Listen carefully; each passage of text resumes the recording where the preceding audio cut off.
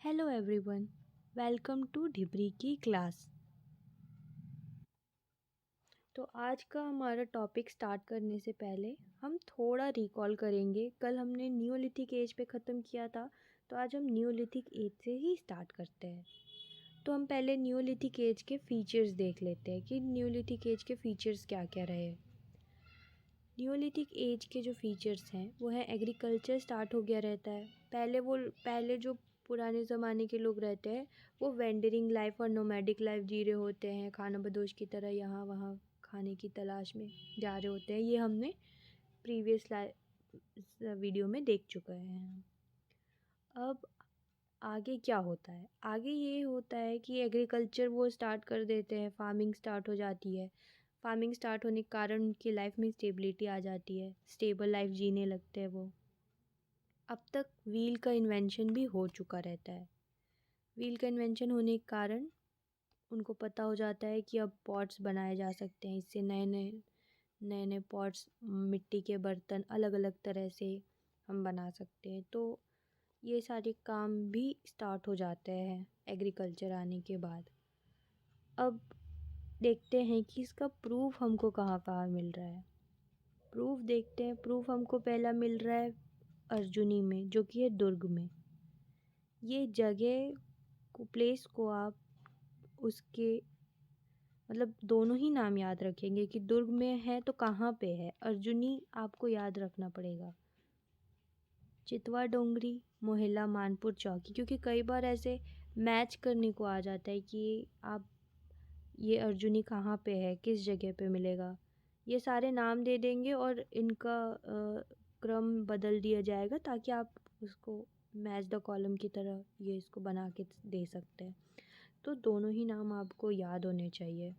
अर्जुनी दुर्ग में है, चितवा डोंगरी मोहल्ला मानपुर चौकी में मिलेगा, बोनटीला राजनांदगांव और तेरम जो है वो रायगढ़ में मिलेगा। ठीक है, यहाँ तक के समझ में आया। अब आगे देखते हैं। Most of the rock shelter of Chhattisgarh are found in Raigarh. ये हम पहले भी देख चुके हैं कि रायगढ़ को रॉक शेल्टर का सेंटर माना गया है, गढ़ माना गया है, क्योंकि यहाँ पे सबसे ज़्यादा रॉक शेल्टर्स मिले हैं। जो ओल्डेस्ट रॉक शेल्टर है सिंगनपुर, ये कहाँ है? ये भी रायगढ़ में है। जो लॉन्गेस्ट केव है वो बोतलदा। बोतल तो आप देखते हो ना, बोतल तो लंबी होती है। अभी हम पुरानी वीडियो में हमने देखा कि वो एंटीक्विटी की बोतल, याद तो है ना। एग्जाम्पल से रिलेट करके पढ़ने में इजी रहता है, आपको समझ में आता है और अंडरस्टैंडिंग बेटर रहेगी आपकी। बाकी आपको जैसे सही लगता है पढ़ो। तो बोतलदा जो है वो लॉन्गेस्ट केव है ना। ये भी बोतलदा भी कहाँ पे है? रायगढ़ में है। ये सारी जगह जो हम पढ़ रहे हैं ये रायगढ़ में है। पुराने वाले देखिए, अभी हम न्यूलिथिक एज में अलग अलग जगह थी, जैसे कि अर्जुनी दुर्ग में, चितवा डोंगरी मोहल्ला मानपुर चौकी, बोनटीला राजनांदगांव, तेरम रायगढ़ में। ये अलग अलग जगह पर थी, पर ये जो है सिंघनपुर और बोतलदा ये रायगढ़ में है। अब नेक्स्ट देखते हैं इसके न्यूलिथिक एज के रिमेन्स जो मिले हैं, जो इसके प्रूफ्स मिले हैं, वो किसने दिया है? Doctor Ramendra Nath Mishra and doctor भगवान सिंह। ये दो लोग हैं जिन्होंने इसके बारे में। तो हम देख रहे हैं न्यूलिथिक एज के बारे में, जो हमको रिमेन्स मिले न्यूलिथिक एज के, उसका इन्फॉर्मेशन कहाँ से मिला। जो प्रूफ्स थे उसको कोई ना कोई तो डिस्कवर किया होगा। तो जो इसकी डिस्कवरी किया है वो छत्तीसगढ़ के न्यूलिथिक एज रिमेन्स के बारे में वो थे डॉक्टर रामेंद्र नाथ मिश्र और डॉक्टर भगवान सिंह। ये दोनों व्यक्ति थे जिन्होंने इस बारे में इंफॉर्मेशन दिया था। अब रॉक शेल्टर के बारे में तो छत्तीसगढ़ का पहले ही फर्स्ट टाइम जो डिस्कवरी किया था वो था एंडरसन। इसके बारे में हम पहले प्रीवियस वीडियो में देख चुके हैं, अंडासन बाकी ये 1910 में किया था। और रायगढ़ में एक और जगह है। रायगढ़ को देखिए आप, रायगढ़ बार बार नाम आ रहा है। रायगढ़ में बहुत सारी जगह हैं जो कि रॉक शेल्टर्स इसीलिए रॉक शेल्टर का इसको गढ़ माना गया है, सेंटर माना गया है। भैंसागढ़ी भी एक जगह है रायगढ़ का जहाँ पे ये मिला है, न्यूलिथिक एज के रिमेन्स मिले हैं। अब नेक्स्ट हम देखते हैं और क्या है। नेक्स्ट एविडेंस मिला है जो ग्रेट स्टोन एज के बारे में जो मिला है वो मल्हार बिलासपुर में मिला है। और बालोद में जिस जिस जगह से मिली है वो है चिरचारी, सोरर, खरी बदर, करका भाट।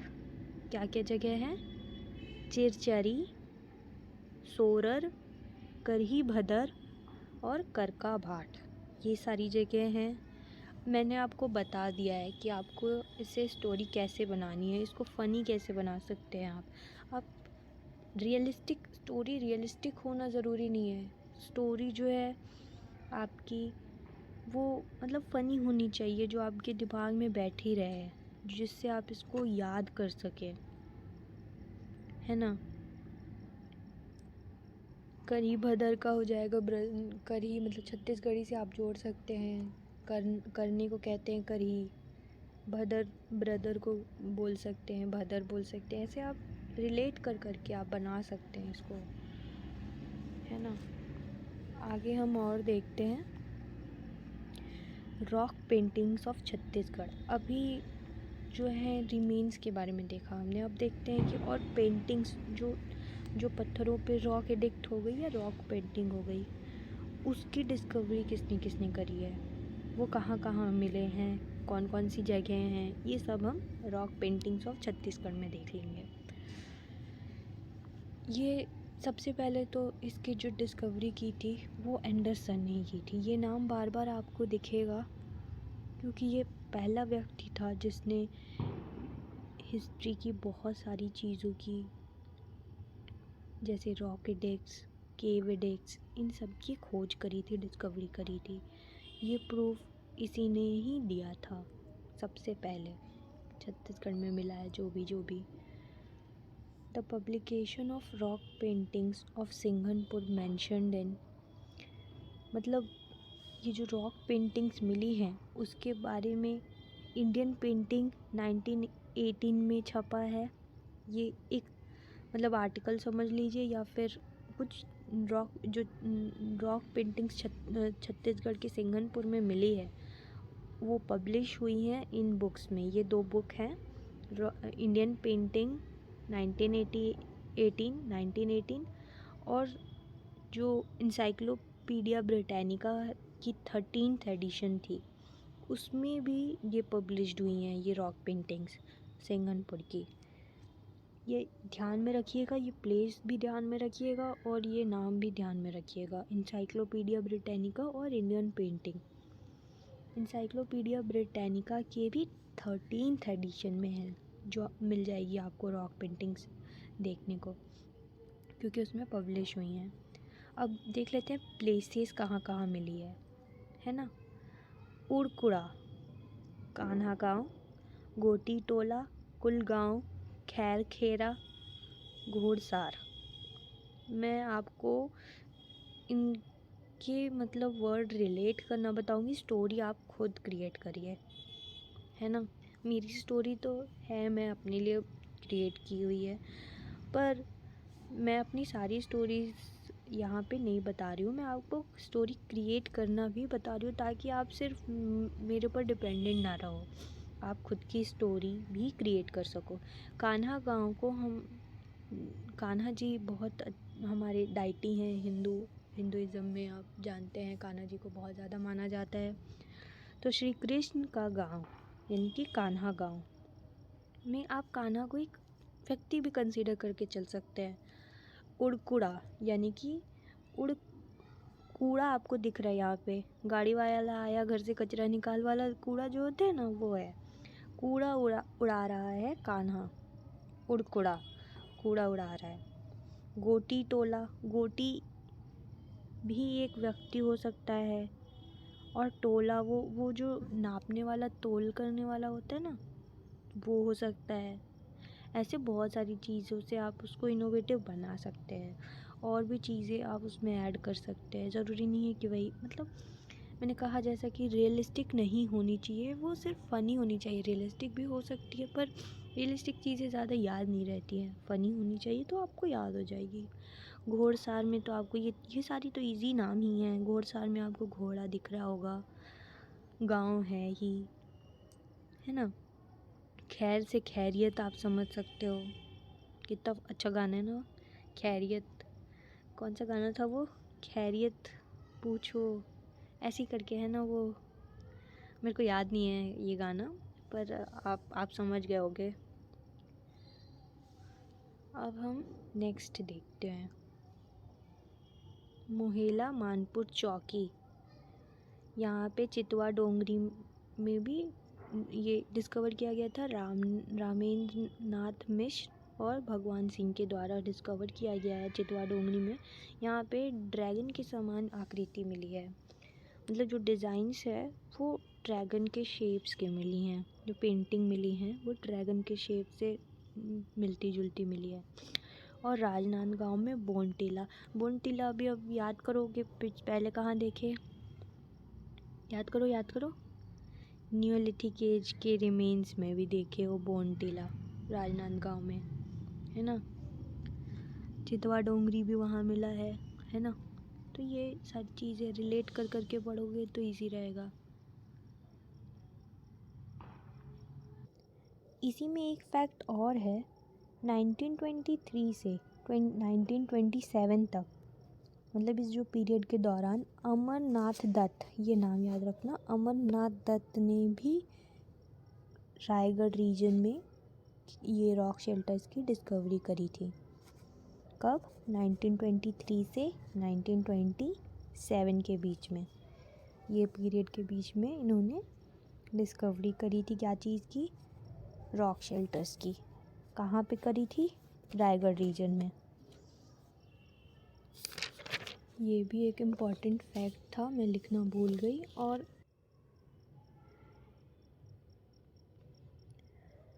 अभी जो देखा कांकेर वाली जगह देखा, उड़कुड़ा, कान्हा गाँव, ये हमने देख लिया। मोहेला मानपुर हमने देख लिया। राजनांदगांव हमने देख लिया। अब आते हैं हम नेक्स्ट पार्ट में। अब हम नेक्स्ट पार्ट में जो हमारा आ रहा है वो है प्रोटो हिस्टोरिक एरा। अभी तक हम प्री हिस्टोरिक एरा में ही चल रहे थे। प्री हिस्टोरिक एरा के क्लासिफिकेशंस देखे हमने, है ना। प्री हिस्टोरिक एरा के क्या क्या क्लासिफिकेशन थे, Palaeolithic age, Mesolithic age, later stone age और नियोलिथिक एज। इतना हमने प्री हिस्टोरिक एरा में देखा। अब प्रोटो हिस्टोरिक एरा क्या है वो हम देख लेते हैं। 3 टाइप का क्लासिफिकेशन देखा था ना, प्री, प्रोटो और pre historic era, proto historic era और हिस्टोरिक एरा। तो प्रोटो हिस्टोरिक एरा क्या है, the period of the history regarding which no any written document are available, although the people of this era are familiar with the scripts, but the script cannot be read as it is in pictographical form, not in alphabetical form. The only source to know about this era is archaeological evidences. Indus Valley civilization belonged to this period. No any evidence of Indus Valley civilization have been obtained from Chhattisgarh, है ना। अभी हम पहले देखते हैं कि proto historic era क्या है। तो प्रोटो हिस्टोरिक एरा वो है, यहाँ पे या तो लिमिटेड मिली हैं डॉक्यूमेंटेशन, जो मिली हैं वो बहुत लिमिटेड हैं, या फिर मिली ही नहीं है, कोई भी फॉर्म में अवेलेबल नहीं है। बट इसका ये मतलब नहीं है कि वो उनके पास में स्क्रिप्ट्स नहीं थी। स्क्रिप्ट्स थी, उस टाइम के पीपल के पास में स्क्रिप्ट्स के बारे में उनको नॉलेज था, पर वो इस चीज़ से फेमिलियर थे, पर प्रॉपर स्क्रिप्ट्स नहीं थी। जो मिली भी हैं जो स्क्रिप्ट्स, वो पिक्टोग्राफ के फॉर्म में है, मतलब पिक्चरल फॉर्म में है। उस चीज़ को आप पढ़ नहीं सकते क्योंकि वो अल्फ़ाबेटिकल फॉर्म में नहीं है।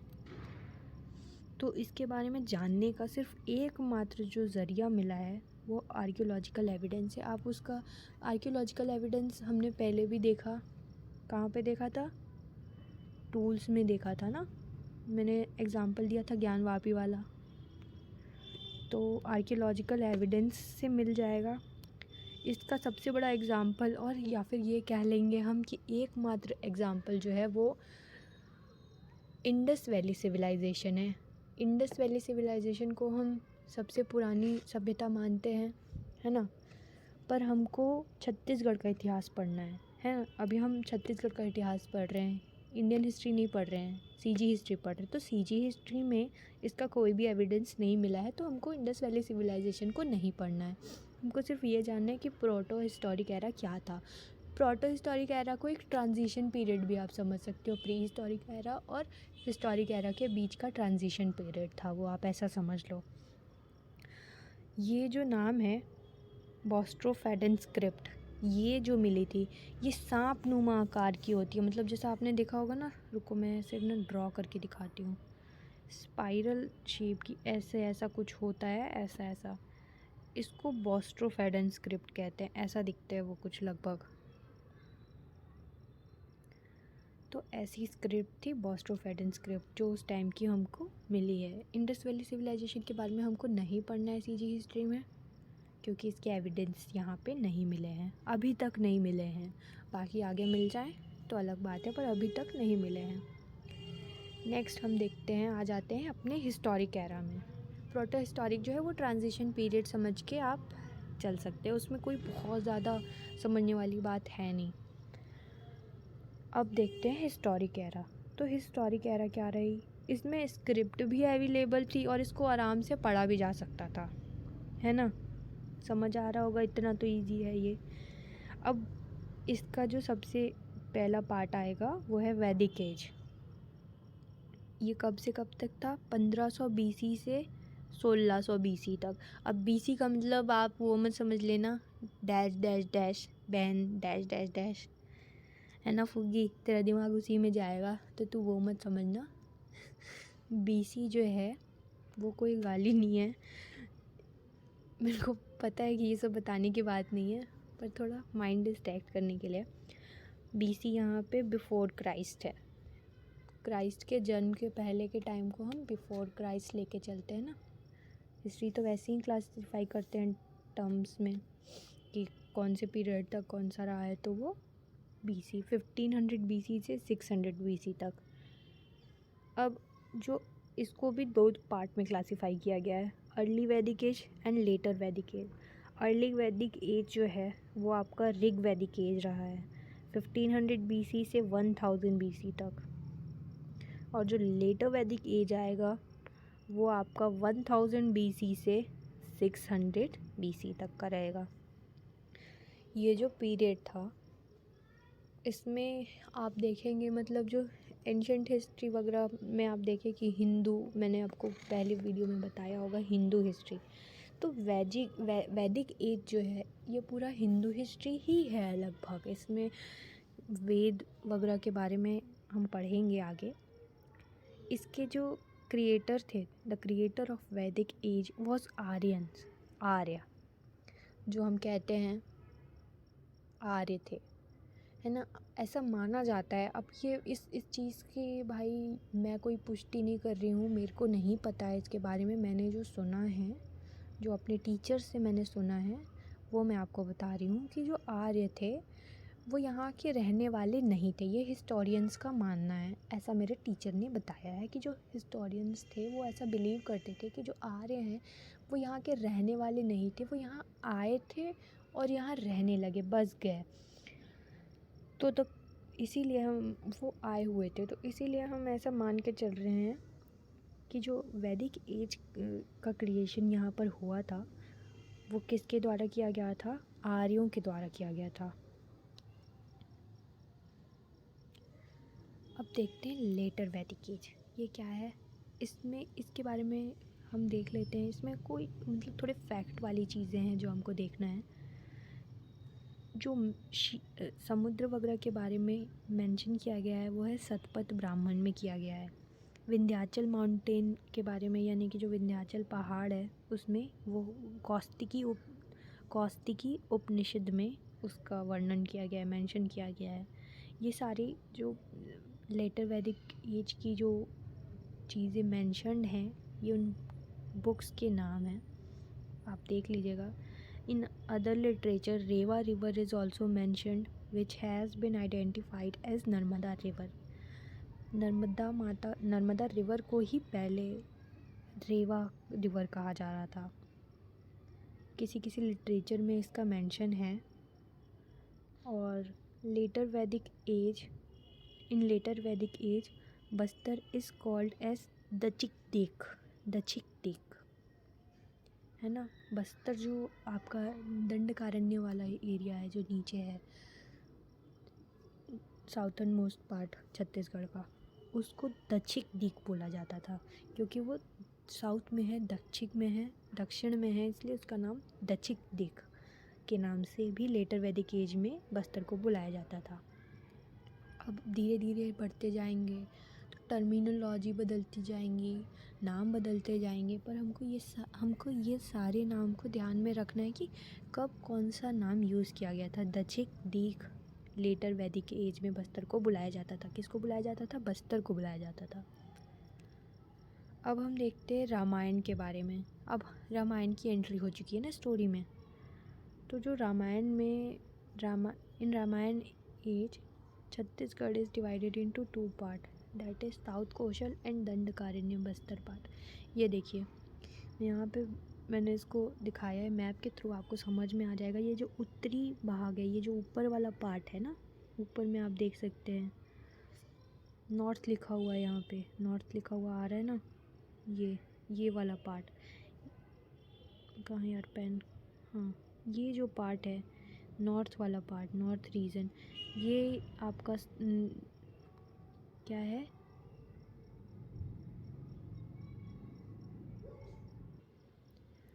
मैं बार बार ना गड़बड़ कर रही थी। ये देखिए, ये नॉर्थ कौशल यहाँ पे लिखना था, गलती से यहाँ पे साउथ कौशल लिखा गया है, इसको करेक्ट कर लेंगे। ये नॉर्थ कौशल है। छत्तीसगढ़ 2 पार्ट में डिवाइडेड है, नॉर्थ कौशल और साउथ कौशल। वाल्मीकि रामायण के हिसाब से ये 2 पार्ट में डिवाइडेड है, नॉर्थ कौशल और साउथ कौशल। नॉर्थ कौशल वाला जो पार्ट है वो नॉर्थ कौशल ही रहेगा, और जो साउथ कौशल का पार्ट है वो दंडकारण्य वाला जो एरिया है ना, जो बस्तर वाला पार्ट है, दंडकारण्य नीचे वाला जो एरिया है, उसको हम जो है साउथ कौशल बोलते हैं, है ना। Capital of south Kaushal was Kushasthali. Kushasthali क्यों नाम पड़ा? क्योंकि जो रामायण आपने सुनी होगी, पढ़ी होगी, देखी होगी, तो उसमें ये मेंशन है, जो राम जी के जो उत्तर रामायण में जो उत्तर रामायण कांड है उसमें मेंशन है कि जो राम जी के जो पुत्र थे, 2 पुत्र थे, लव और कुश। तो उसमें जो कुश थे छोटे वाले कुश थे, जो उनको जो मतलब कैपिटल जो उनका राज दिया गया था, उसकी राजधानी कैपिटल जो था वो कुशस्थली था, है ना। ये हम जानते हैं कि उनके 2 बेटे थे, लव और कुश की राजधानी थी कुशस्थली। आगे देखते हैं, आगे और भी चीज़ें, बहुत सारे फैक्ट्स मिलेंगे। ये आप डायग्राम से समझ सकते हैं। ये नॉर्थ कौशल है, उत्तरी कौशल, और ये साउथ कौशल है, दक्षिणी कौशल, है ना। यही जो है वो दंडकारण्य वाला पार्ट, या फिर बस्तर वाला पार्ट भी आप बोल सकते हैं। ये बस्तर वाला पार्ट है जिसको उस टाइम पे दंडकारण्य बोला जाता था। आगे देखते हैं।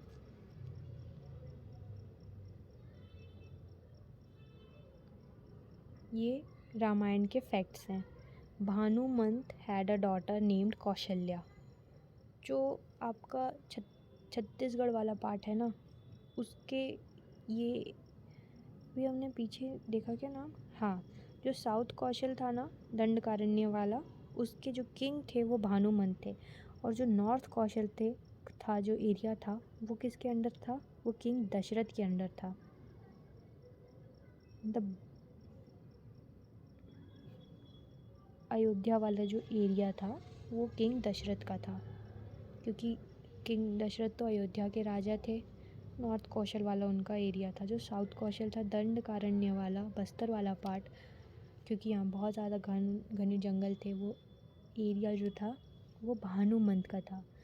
भानुमंत यहाँ के राजा थे। भानुमंत की एक बेटी थी जिनका नाम था कौशल्या। कौशल्या वही कौशल्या माता है जो राम जी की माता है। इनको थोड़ा सम्मान दे के अगर हम नहीं बोली तो पाप पड़ जाएगा यार। According to the belief, Kaushalya माता was born at Chandarkhori of Raipur. Raipur के पास में एक जगह है चंद्रखुरी, वहाँ पे माता कौशल्या का जन्म हुआ था। वो जन्म स्थान है माता कौशल्या का। कौशल्या माता was married to Ayodhya king Dashrath. Ayodhya के राजा दशरथ से उनकी शादी हुई है, ये तो हम सब जानते हैं। Since Bhanumant had no successor, that's why this place was interested to Dashrath. अब भानुमंत थे, उनकी सिर्फ ये माता कौशल्या बेटी थी उनकी, उनके पास में जो है उनके पास में कोई सक्सेसर नहीं था, उनका कोई बेटा नहीं था, तो इसलिए जो ये प्लेस था ये दशरथ जी को ही, राजा दशरथ को ही सौंप दिया गया भानुमंत द्वारा। जो this place was maternal place of Lord Rama. जो राम जी का ननिहाल था ना, वो छत्तीसगढ़ था। दक्षिण कौशल, साउथ कौशल, पूरा छत्तीसगढ़ ही माता कौशल्या का मतलब ये पूरा ये लॉर्ड रामा का था, ननिहाल था। Lord Rama had 2 sons, love and Kush. The south Kaushal was interested to Kush and his capital was Kushasthali. The southern part जो था आपका, मैंने आपको पहले बताया, वो कुश को दी गई थी, कुशस्थली था कैपिटल उनका। उनके 2 बेटे थे राम जी के, ये हम सब जानते हैं, तो इन सब चीज़ों में टाइम वेस्ट नहीं करते हैं, नोट देख लेते हैं। 1973 में चंद्रखुरी में कौशल्या माता का मंदिर बनाया गया है ना। इन 1973 एट चंद्रखुरी कौशल्या माता मंदिर वॉज एस्टैब्लिश्ड। श्री राम वनगमन पथ योजना also started from Chandrakhuri in first phase and second phase started from Shivri Narayan. तो आपने सुना होगा ना, अभी तो ये वनगमन पथ वाला पर्यटन वाला जो है, उसका जो फर्स्ट फेज स्टार्ट हुआ था वो कहाँ से स्टार्ट हुआ था, वो चंद्रखुरी से ही स्टार्ट हुआ है। इस बात को ध्यान में रखिएगा, चंद्रखुरी से स्टार्ट हुआ और चंद्रखुरी में कौशल्या माता का भी मंदिर है। ये जो छत्तीसगढ़ वाला एरिया है ना, कौशल्या माता का जन्म कहाँ पे हुआ था, रायपुर के चंद्रखुरी में, है ना। इस बात को ध्यान में रखिएगा। ये देखो, अभी हम राम वनगमन पथ देखेंगे आगे। यहाँ तक के तो आपको समझ में आ रहा होगा, इतना डिफ़िकल्ट नहीं है। रामायण है, हम सब ने पढ़ी है रामायण, देखी है, सुनी है, तो इतना ज़्यादा डिफ़िकल्ट नहीं होगा ये वाला पार्ट। मेरी बताऊँ तो मुझे तो अच्छा लगता है, तो मेरे लिए तो अच्छा है। आगे हम देखेंगे राम वनगमन पथ, तो उससे पहले हम देख लेते हैं कि ये जो प्लेस है ना, जो ये इसी प्लेस से यहाँ पे राम जी का एंट्री हुआ था। आप ये जो सर्कल वाला प्लेस देख रहे हैं, छत्तीसगढ़ में राम जी इसी जगह से अपना एंट्री किए थे। जब वो 14 साल का वनवास उनको मिला था ना, उस वनवास के दौरान छत्तीसगढ़ में वो यहीं पर से एंटर किए थे। ये पहला प्लेस है इस जगह को। ये देखो, आप ध्यान से देखोगे ना, ये सर्कल वाला प्लेस, इसी प्लेस पर से आप राम जी जो हैं वो छत्तीसगढ़ में घुसे थे। और उसके बाद तो आगे चलते गए थे। 14 साल का वनवास मिला था ना, तब की बात है ये। अब जो फेमस प्लेस हैं वो देख लेते हैं। इस जगह का नाम नहीं बताया ना मैंने, सीतामढ़ी हरचौका, ये पहला जगह था जहाँ से उन्होंने एंट्री ली थी। सीतामढ़ी हरचौका, मनेनगढ़ चिरमिरी भरतपुर वाला एरिया। अब तो ये मनेनगढ़ चिरमिरी भरतपुर वाला एरिया में आने लगा है ना। सीतामढ़ी हरचौका, मनेनगढ़, ये MC भी मैंने इसलिए लिखा है शॉर्ट फॉर्म में, मनेनगढ़ चिरमिरी भरतपुर वाला जो एरिया अभी नया बना है वो है। During the exile of 14 years, Lord Rama along with goddess Sita and Lakshman ji entered Chhattisgarh from Sitamarhi Harchauka. और सीतामढ़ी हरचौका का एक और फेमस बात ये है कि इसको सीता की रसोई भी बोला जाता है। माता सीता की ये रसोई भी है और नाट्यशाला यहाँ ये सॉरी नाट्यशाला यहाँ पे नहीं है, रामगढ़ के जो सीता बेंगरा की गुफा है ना वहाँ पे, अभी वो हम आगे देखेंगे। सेकंड जो है वो हमारा है सरगुजा डिस्ट्रिक्ट में रामगढ़ की पहाड़ियाँ। ये तो बहुत ही फेमस जगह है, मतलब जब सीतामढ़ी हरचौका से एंटर किए उसके बाद में ये सरगुजा डिस्ट्रिक्ट रामगढ़ की पहाड़ियों में रहे थे, काफ़ी दिन रहे थे। काफ़ी इतिहासकारों का मानना है कि छत्तीसगढ़ में वो बहुत दिन रहे थे। तो the oldest theatre of the world, मतलब आप समझ सकते हैं पूरे वर्ल्ड का सबसे पुराना जो थिएटर है, नाट्यशाला जिसको बोला जाता है, वो यहाँ छत्तीसगढ़ में है, छत्तीसगढ़ के सरगुजा डिस्ट्रिक्ट में है। इस बात का पता मेरे को नहीं था ये पढ़ने से पहले तक, जबकि मैं सरगुजा की ही रहने वाली हूँ, पर मेरे को नहीं मालूम था। तो ये सीता बेंगरा की जो गुफा है वो प्लेस है जहाँ पे छत्तीसगढ़ का ओल्डेस्ट थिएटर है। यहीं पे आपको लक्ष्मण बेंगरा की गुफा भी मिलेगा और रावण दरवाज़ा भी मिलेगा। और नेक्स्ट प्लेस जो है वो हम देखते हैं रायगढ़ का भूपदेवपुर।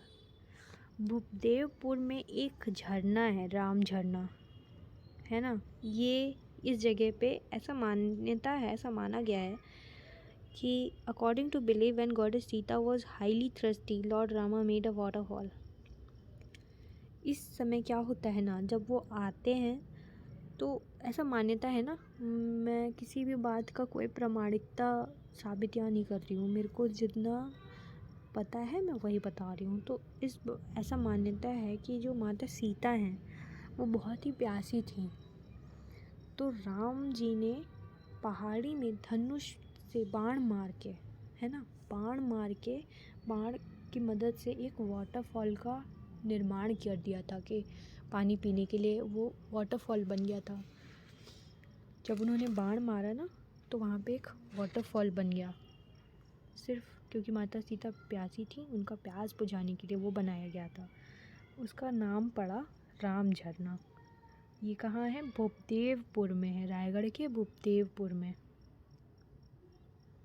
रायगढ़ काफ़ी, मतलब यार यहाँ पे काफ़ी चीज़ें हैं इतिहास से रिलेटेड। ये देखिए, सीता की रसोई इसको बोला जाता है छत्तीसगढ़ में श्री राम का पहला पड़ाव, सीतामढ़ी हरचौका, यही है। इसका फ़ोटो आप देख सकते हैं, ये देखिए, दिख रहा होगा आपको, है ना। नेक्स्ट देखते हैं, ये सीता बेंगरा की गुफा है रामगढ़ में। रामगढ़ पहाड़ी में आपको ये जो तीनों जगह हमने देखी, लक्ष्मण बेंगरा और रावण दरवाज़ा, ये रामगढ़ की पहाड़ी पर ही है, थोड़े थोड़े दूर में है, पर ये रामगढ़ की पहाड़ी में ही मिलेगा। तो ये है रामगढ़ की पहाड़ी, इसका सीता बेंगरा की गुफा है यहाँ पर। ये है राम झरना जो कि कहाँ है? रायगढ़ के भूपदेवपुर में।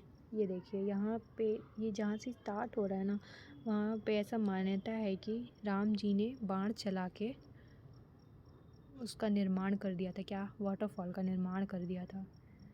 ये बन गया वाटरफॉल, काफ़ी अच्छा है ना यार। देखो क्या टाइम था, क्या लोग थे, बस वाइफ को प्यास लगी तो झरने का निर्माण कर दिया। और एक आजकल के लोग हैं, प्यास से मर जाओ, पानी नहीं पूछेंगे। और उस टाइम के लोग क्या मस्त थे। तो खैर भगवान भी थे वो।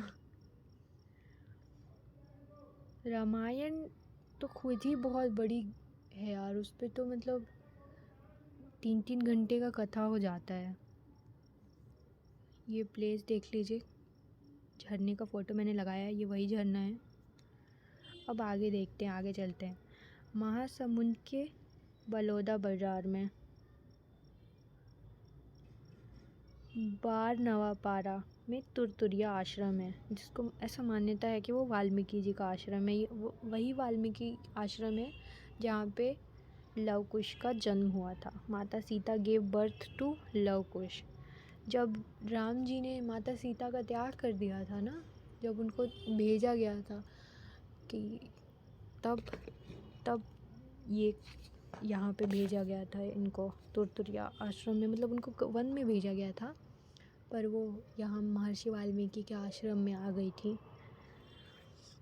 तो when goddess Sita was left by Sri Ram, she took shelter at Turturiya आश्रम।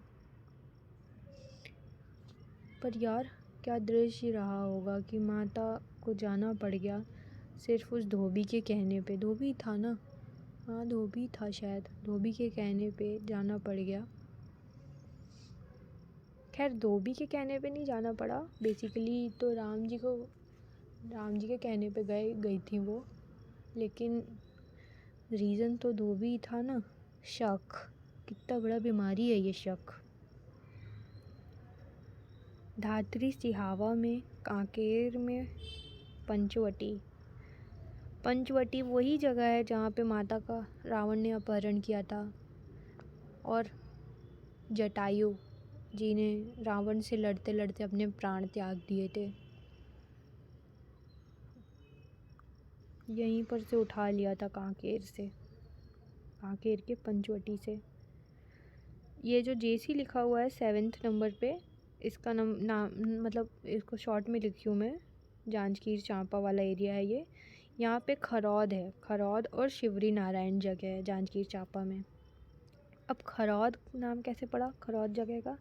यहाँ पे जो रावण के भाई थे खर और दूषण, ये उसका राज्य था, वो यहीं पे राज करते थे। ब्रदर्स ऑफ रावण, खर इन दूषण's प्लेस और एम्पायर। ये खरौद जो प्लेस है पहले वहाँ पे था, और राम जी ने ही इनसे मुक्ति दिलाई थी। राम जी ने ही इनको मार के, दोनों को, खर और दूषण को मार दिया था और लोगों को आज़ाद करवाया था इसके प्रकोप से। खैर राम जी वन नहीं जाते तो राम जी नहीं बन पाते। वो जो कठिनाइयाँ उन्होंने देखी, झेली, वो एकदम किसी के बस की बात ही नहीं है। अब आगे देखते हैं हम। महर्षि वाल्मीकि का आश्रम है, ये वही आश्रम है तुरतुरिया आश्रम। आप जाओगे कभी तो ज़रूर घूम के आना, एक से एक प्लेस है यार अपने छत्तीसगढ़ में। तुरतुरिया आश्रम कहाँ पे हमने बताया? महासमुंद और बलौदा बाज़ार के बार नवापारा में है। ये जगह याद रखना, बार नवापारा। बार को बाहर से मत रिलेट कर लेना यार, थोड़ा पूजा पाठ का जगह है ना, इसलिए मैं इसकी फ़नी कहानियाँ नहीं बना रही हूँ जगहों की, क्योंकि मुझे ये अच्छा नहीं लगेगा यार फिर। इसीलिए इसको ऐसे ही आप पढ़ लेना, चाहो तो खुद बना लेना मन मानता हो तो। बार नवापारा जो है वहाँ पे वाल्मीकि जी का आश्रम है, ये वही प्लेस है। ये देख लीजिए, फ़ोटोज़ मैंने इसलिए लगा दिया है ताकि थोड़ा इमेज से पढ़ने में ना आसानी होता है समझने में। ये पंचवटी वाला एरिया है। पंचवटी में तो काफ़ी जगह है घूमने के लिए, पर ये जो है वो पंचवटी है कांकेर में, आप जाना कभी। ये बड़ी काम की स्टोरी है, मैं आगे आपको सुनाऊंगी। ये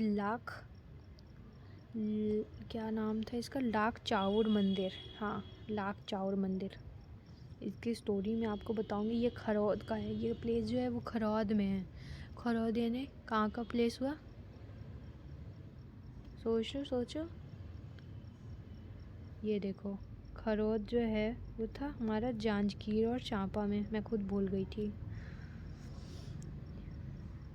ये खरौद में ये जो लक्ष्मण जी का महादेव मंदिर है, बहुत फेमस जगह है। इसके बारे में हम आगे बताती हूँ मैं इसकी स्टोरी। इसके पीछे भी एक बहुत अच्छी स्टोरी है, मैंने लिखा है शायद इसमें, हाँ लिखा है। और हाँ, खरौद जो है उसको छत्तीसगढ़ का काशी माना जाता है, वाराणसी। इंडिया का वाराणसी तो आपको पता ही, बनारस काशी में है। वैसे ही वो मतलब एक तीर्थ स्थल के जैसे खरौद को माना जाता है, धार्मिक तीर्थ स्थल, बहुत ही पावन जगह, ऐसा मान्यता है छत्तीसगढ़ का। जैसे मेन पार्ट को छत्तीसगढ़ का शिमला बोलते हैं ना, वैसे ही खरौद को वाराणसी कहते हैं। एक बार क्या हुआ था ना, लक्ष्मण जी बहुत ही बीमार हो गए थे। मैं पहले इंग्लिश का स्टेटमेंट आपको पढ़ के सुना देती हूँ, फिर आपको स्टोरी बताती हूँ। Once Lakshman ji was suffering from such incurable disease after taking lots of measures he was not cured. At that time, on the advice of sages, he established and prayed to Shivling with lakh rice. अब इसको पढ़ने में उतना मज़ा नहीं आता ना, इसमें भाव फीलिंग्स नहीं आती हैं, इसलिए कहानी जो है वो हिंदी में ही मज़ा आता है। तो मैं आपको हिंदी में इसकी कहानी सुनाती हूँ कि बहुत टाइम पहले ना एक बार क्या हुआ यहाँ पे, जब वो लोग थे राम जी, लक्ष्मण जी और सीता जी, तो लक्ष्मण जी वो बीमार हो गए, बहुत ज़्यादा बीमार हो गए। इतना मतलब उनकी जो जो बीमारी थी वो ठीक ही नहीं हो रही थी। बहुत सारे उन्होंने मतलब ट्रीटमेंट अप्लाई करके देख लिए, मेडिकेशंस लगा लिए, फिर भी कुछ वर्क नहीं किया, वो ठीक हो ही नहीं रहे थे। तब जब कोई भी दवाएं काम नहीं करने लगी, तब ऋषि मुनियों ने, सेजेस यानी कि ऋषि मुनि जो थे उस टाइम पे, उन्होंने राम जी को सजेशन दिया कि भैया देखो, अब जो है वो है सब भोलेनाथ के हाथ में, है ना, तो आप भोलेनाथ को प्रे करो, भोलेनाथ का एक यहाँ पे शिवलिंग का स्थापना करो, और उसको 1.25 लाख चावल से, 1.25 लाख चावल से, है ना, 1.25 लाख चावल से आप उनकी पूजा करो। 1.25 लाख चावल यानी समझ रहे हो, गिनने में ना 108 फट जाती है। पूजा पाठ तो तुम लोग करते नहीं होगे, करते होगे तो बहुत अच्छी बात है। 108 चावल के दाने, मेरी तो हालत बैंड हो जाती है यार, छोटे छोटे रहते ना, मैं बार बार गिनती भूल जाती हूँ। तो पर वो 1.25 लाख चावल से उन शिवलिंग का पूजा किए थे, अभिषेक वगैरह सब किए थे, और तब जाके मतलब, और भाई उस समय के ऋषि मुनि महात्मा जो पंडित लोग थे, वो भी एक से बढ़ के एक रहते थे, तो उनका बताया हुआ उपाय अचूक थोड़ी होगा। तो तब से उस जगह को लाख चावर मंदिर के नाम से, ये देखो अभी फ़ोटो दिखाई ना, लाख चावर मंदिर, और ये लक्ष्मणेश्वर महादेव हैं, लक्ष्मण जी के नाम पे ही इनको यहाँ पे स्थापित कर दिए थे। लाख चावर मंदिर है, इस जगह को लाख चावर मंदिर के नाम से जाने लगा। अब नेक्स्ट हम देखते हैं दंडकारण्य में चित्रकूट। चित्रकूट तो फेमस है ही, आप सब जानते ही होंगे। चित्रकूट का वाटरफॉल है जो कितना फेमस है वो, इसीलिए मैंने उसको वाटरफॉल का ही फ़ोटो लगा दिया। ऐसे तो चित्रकूट में अलग अलग जगह होंगे, बट इसमें आप एक जगह और देखोगे, रामा मंदिर, जो कहाँ है, सुकमा में। इसको ऐड कर लेना, रामा मंदिर सुकमा में। बाकी ये वाटरफॉल है। अब हम नेक्स्ट देखते हैं।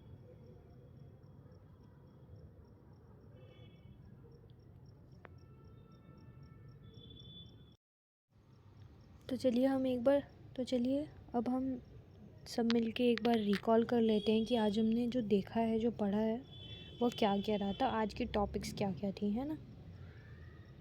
तो हम स्टार्ट करेंगे अपना। आज हमने स्टार्ट किया था न्यूलिथिक एज से, जो हमारा कल का जो टॉपिक बचा हुआ था उसी को हम आज टू बी कंटिन्यू किए हैं। तो वहाँ से हमने न्यूलिथिक एज देखा था। न्यूलिथिक एज में हमने देखा कि एग्रीकल्चर वाला जो पार्ट था वो स्टार्ट हो गया था, और जब जहाँ से बात आई कि एग्रीकल्चर स्टार्ट हुआ है, यानी कि एग्रीकल्चर स्टार्ट हुआ तो स्टेबिलिटी आ गई लाइफ में, व्हील का इन्वेंशन हो गया था। फिर हमने देखा इसका प्रूफ कहाँ कहाँ मिला था, चितवा डोंगरी, अर्जुनी, बोनटीला, तेरम, ये 4 जगह हैं जो हमें याद रखनी है, जो ये इसका प्रूफ है। एविडेंस जो है ना, वो आप फीचर्स चाहो तो भूल भी जाओ, क्योंकि फीचर्स तो कहीं ना कहीं आपको मिल भी जाएंगे, सोचने पे आपको समझ आ जाएगा कि यार ऐसा था तो इस टाइम पे क्या हुआ होगा। पर आप नाम नहीं भूल सकते, नाम में गड़बड़ी मत करना। नाम में गड़बड़ी करोगे ना तो उसका तो कोई ऑप्शन ही नहीं है, जगह बदल दोगे तो, है ना। तो इसका प्रूफ हमको कहाँ मिला था, अर्जुनी, चितवा डोंगरी, बोनटीला, तेरम। अर्जुनी कहाँ है, दुर्ग में। चितवा डोंगरी है मोहेला मानपुर चौकी में। राजनांदगांव में है बोनटीला, और तेरम है रायगढ़ में। इतना याद हुआ, इतना आप समझ गए। फिर जो ओल्डेस्ट केव हमने पढ़ा, सिंघनपुर। लॉन्गेस्ट केव पढ़ा, ओल्डेस्ट केव नहीं था, मतलब वो रॉक शेल्टर था, पर रॉक शेल्टर अल्टीमेटली क्या है, गुफाएं ही तो थी, है ना। तो वो जो सबसे पुराना था वो था सिंघनपुर में, और जो लंबा था, सबसे लॉन्गेस्ट था, वो था बोतलदार रायगढ़ में। और रायगढ़ को हमने क्या देखा कि रायगढ़ जो है वो सेंटर ऑफ रॉक शेल्टर है। मतलब छत्तीसगढ़ में जितने ज़्यादा रॉक शेल्टर्स मिले हैं उसमें सबसे ज़्यादा जो पाए गए हैं वो रायगढ़ में ही पाए गए हैं। इस बात का ध्यान में रखना कि रायगढ़ में सबसे ज़्यादा मिले हैं रॉक शेल्टर्स, है ना। हम आज जो हमने नाम देखा, कल कल जो हम देखे थे वो एंडरसन था, है ना। और आज जो हम दो नए और नाम देखे वो था डॉक्टर रामेंद्र नाथ मिश्र और डॉक्टर भगवान सिंह। इन्होंने क्या डिस्कवरी की थी? इन्होंने डिस्कवरी करी थी नियोलिथिक एज के रिमेन्स के बारे में, याद है ना। इतना हमने देख लिया था। अब और जगह जहाँ पे इस चीज़ का एविडेंस मिला था, ग्रेट स्टोन एज का एविडेंस मिला था, वो है मल्हार बिलासपुर में, चिरचारी, सोरर, करही भदर, करका भाट, बाल। और ये जो सारी जगह हैं, चिरचारी, सोरर, करही भदर, करका भाट, ये बालोद की जगह है ना। इसको ध्यान में रखना। रॉक पेंटिंग्स, फिर हम नेक्स्ट जो हमारा टॉपिक रहा आज का वो था रॉक पेंटिंग्स। रॉक पेंटिंग्स में हमने नए नाम जो देखे वो था अमरनाथ दत्त। एक नया नाम हमने देखा, अमरनाथ दत्त। और दो इम्पॉर्टेंट फैक्ट यहाँ पर से हमने और देखे थे। एक तो इंडियन पेंटिंग्स 1918 में 1918, है ना। और इंसाइक्लोपीडिया ब्रिटानिका में के 13th एडिशन में हमने देखा कि रॉक शेल्टर्स, जो रॉक पेंटिंग्स के बारे में, जो रॉक पेंटिंग्स सिंघनपुर में है उसके बारे में पब्लिश किया गया है। किस में इंडियन पेंटिंग्स में और इंसाइक्लोपीडिया ब्रिटानिका में। और अमरनाथ दत्त को भी रायगढ़ रीजन में बहुत सारे रॉक शेल्टर्स मिले हैं, है ना, 1923 से 27 तक। इस बात को देखते हैं। अब हम देखते हैं कि नेक्स्ट हमारी जो चीज़ें थी कि टॉपिक क्या क्या रहा। तो नेक्स्ट टॉपिक हमारा था यहाँ पर का रॉक पेंटिंग्स का जगह, जो ये रॉक पेंटिंग्स है वो कहाँ कहाँ से मिली थी, वो सारी जगहों के बारे में हमने देखा। कांकेर में हमने क्या देखा, कान्हा गांव देखा। उसके बाद देखा उड़कुड़ा, गोटी टोला, कुलगांव, खैर खैरा, घुड़सार। अब ये सारे नाम को आपको इंटरेस्टिंग बनाना है और फिर पढ़ना है। मैंने इंटरेस्टिंग बनाया था, जो मेरे दिमाग में स्टोरी थी उससे। आप अपनी स्टोरी बनाना, मैंने आपको तरीका बता दिया। अब हम देखते हैं मोहला मानपुर चौकी में हमने देखा चितवा डोंगरी। वहाँ पे क्या देखा था, ड्रैगन की हमको ड्रैगन नुमा मतलब आकृति मिली थी, है ना, ये देखा था। फिर राजनांदगांव में बोनटीला देखा हमने जगह, वहाँ पे मिला। उसके बाद हम प्री हिस्टोरिक हमारा ख़त्म हो जाता है यहीं पे। फिर हम देखते हैं proto historic era. Proto historic era मैंने आपको बताया कि वो एक सिर्फ और सिर्फ ट्रांजिशन पीरियड रहा है, आप उसको वैसे ही समझिए। उसमें क्या है ना कि हमारे पास मतलब स्क्रिप्ट्स अवेलेबल थी पर हम उसको पढ़ नहीं सकते थे, और जो अवेलेबल भी थी वो बहुत कम थी, मतलब इनएडिक्वेट थी, आप उसको पढ़ ही नहीं सकते थे। उसमें हमने देखा था एक स्क्रिप्ट के बारे में देखा था ना, क्या नाम था उसका, बॉस्ट्रोफेडन के बारे में देखा था। उसके बाद हिस्टोरिक एरा में हम आ गए थे। उसमें हमने देखा वैदिक एज में अर्ली वैदिक एज देखा, लेटर वैदिक एज देखा। अर्ली वैदिक एज कितने से कितने समय तक था, 1500 BC से 1000 BC तक। और लेटर वैदिक एज था 1000 BC से 600 BC तक, है ना। इसी समय आर्य आए थे। उसके बाद फिर लेटर वैदिक एज के हमने कुछ नाम देखे थे। उस समय छत्तीसगढ़ को जो बस्तर वाला पार्ट है उसको क्या बोला जाता था, दक्षिण दिक। इसको याद रखिएगा, दक्षिण दिक। उसके बाद हम देखते हैं रामायण में हम आ गए थे। रामायण में हमने देखा, हम इसको ऊपर से ही देख रहे हैं तो मैं इसको शॉर्ट में ही आपको बता रही हूँ। रामायण में हमने देखा वाल्मीकि जी ने रामायण को 2 पार्ट में डिवाइड किया था, उत्तरी कौशल, दक्षिणी कौशल। उत्तरी कौशल जो था सरयू नदी के तट वाला एरिया था, अयोध्या वाला एरिया था, है ना। उसके बाद वहाँ के राजा थे किंग राजा दशरथ। और ये जो था दक्षिण कौशल, ये विंध्याचल पर्वत के दक्षिण में स्थित था, है ना। इसके राजा थे भानुमंत। भानुमंत की एक बेटी थी कौशल्या माता। कौशल्या माता से राजा जी का शादी हो जाता है। फिर राम जी होते हैं। फिर तो रामायण पूरी चलती ही है लंबी खासी। वो सारी आप वीडियो में पहले देख लेना क्या क्या हमने पढ़ा।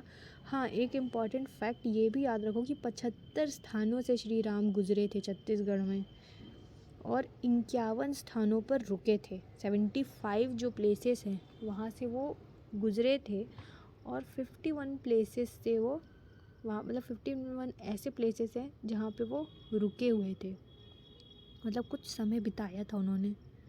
उसके बाद हमने देखा कुशास्थली को। कुशास्थली क्या था? कुशास्थली जो उनके बेटे थे, उनके 2 बेटे थे लव और कुश, उनमें से जो कुश थे उनकी राजधानी थी कुशास्थली।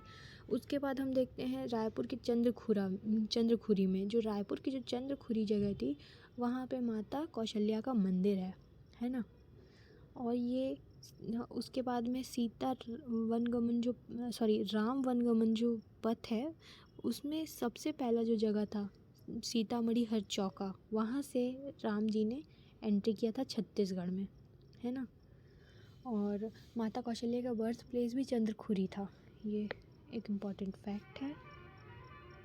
फिर रामायण में जो फेमस प्लेसेस थे जहाँ से जो राम जी गुजरे थे कुछ समय बिताया था, जो फेमस रहे हैं, उन सारे जगहों को हमने देखा। कौन कौन सी जगह थी?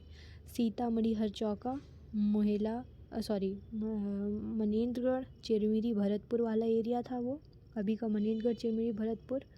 उसके बाद दूसरा हमने देखा था सरगुजा डिस्ट्रिक्ट का रामगढ़ पहाड़ी में। रामगढ़ पहाड़ी में हमने क्या क्या देखा? सीता बेंगरा, लक्ष्मण बेंगरा, रावण दरवाज़ा। फिर रायगढ़ का भूपदेवपुर, यहाँ पे हमने देखा सिर्फ एक ही जगह थी, राम झरना। उसके बाद हम आ जाते हैं महासमुंद बालोदा बाज़ार में। बालोदा बाज़ार में और महासमुंद में ये था बारनवापारा। बारनवापारा में क्या था? तुरतुरिया आश्रम। यहाँ क्या हुआ था? माता सीता ने लव कुश को जन्म दिया था। पूरी स्टोरी देखनी है, पीछे चले जाना, पीछे बैक करके देख लेना। और उसके बाद में हम देखे थे धात्री जगह है जहाँ पे सिहावा का जो जगह है वहाँ पे श्रृंगी ऋषि व सप्त ऋषियों के साथ में जो ये राम जी का मिलना हुआ था, मुलाकात हुई थी, वो हुई थी सिहावा में ना। ये बात याद आई है मुझे, एक पॉइंट याद आया है, वो आप उसमें मेंशन कर लेना। उसके बाद हम देखे थे कांकेर में क्या देखा था? पंचवटी में क्या हुआ था? सीता हरण पंचवटी में ही हुआ है। फिर जांजगीर चांपा में आ जाते हैं खरौद और शिवरी नारायण। तो जांजगीर चांपा में खरौद और शिवरी नारायण देखा था। खरौद क्यों नाम पड़ा? खरौद दूषण जो रावण का भाई थे, उनको मार के राम जी आज़ाद करवाए थे, और खरौद को ही छत्तीसगढ़ का वाराणसी भी कहा जाता है। यहीं पर ये धर्म स्थल है, यहाँ इसको वाराणसी मान के चल रहे हैं हम। और उसके बाद में हमने यहाँ पर के और जो जगह थी, कहानी हमने सुनी थी लाख चाउर मंदिर के बारे में। लाख चाउर मंदिर के बारे में हमने क्या देखा था? लक्ष्मण जी जब बीमार पड़े थे वाली स्टोरी है, वो आप पैक करके देख लेना, मैं स्टोरी पे नहीं जाऊँगी। उसके बाद हम जो थे नेक्स्ट प्लेस हमने देखा दंडकारण्य का। दंडकारण्य में हमने देखा चित्रकूट, और चित्रकूट के साथ हम फिर जाते हैं दंडकारण्य में ही सुकमा में एक राम करके जगह है, वो भी इम्पॉर्टेंट है। तो आई होप आप सबको समझ आ रहा होगा, पसंद आ रहा होगा। और आज की क्लास हम यहीं पे ख़त्म करेंगे। आज का हमारा इतना ही टॉपिक है, आपको समझ में आया होगा। हमने रिकॉल भी करा, 2 बार देख लिया, शॉर्ट में रिकॉल करा है। पूरी चीज़ों को रिकॉल में तो कवर नहीं हो सकती, आप बैक करके पूरा वीडियो देख लेना, आपको समझ आ जाएगा कहाँ की क्या चीज़ें थी। बाकी थैंक यू इतनी देर मेरे को झेलने के लिए। और चलो फिर कल मिलते हैं नेक्स्ट वीडियो के साथ, नेक्स्ट टॉपिक के साथ। अब हमारा आने वाला टॉपिक महाभारत से रहेगा। ये जो pre historic era, proto historic era, ये ख़त्म हो चुका है। अब हमारा जो टॉपिक चल रहा है वो है हिस्टोरिक एरा। अब हम हिस्टोरिक एरा के बारे में पढ़ रहे हैं। तो हिस्टोरिक एरा में रामायण हो चुका है, अब महाभारत देखेंगे कि रामायण के जो प्रूफ हमको छत्तीसगढ़ में मिलते हैं, वो हम आज के वीडियो में देखे हैं। महाभारत के मिलने वाले प्रूफ हम कल के वीडियो में देखेंगे। तो बाय बाय, थैंक यू।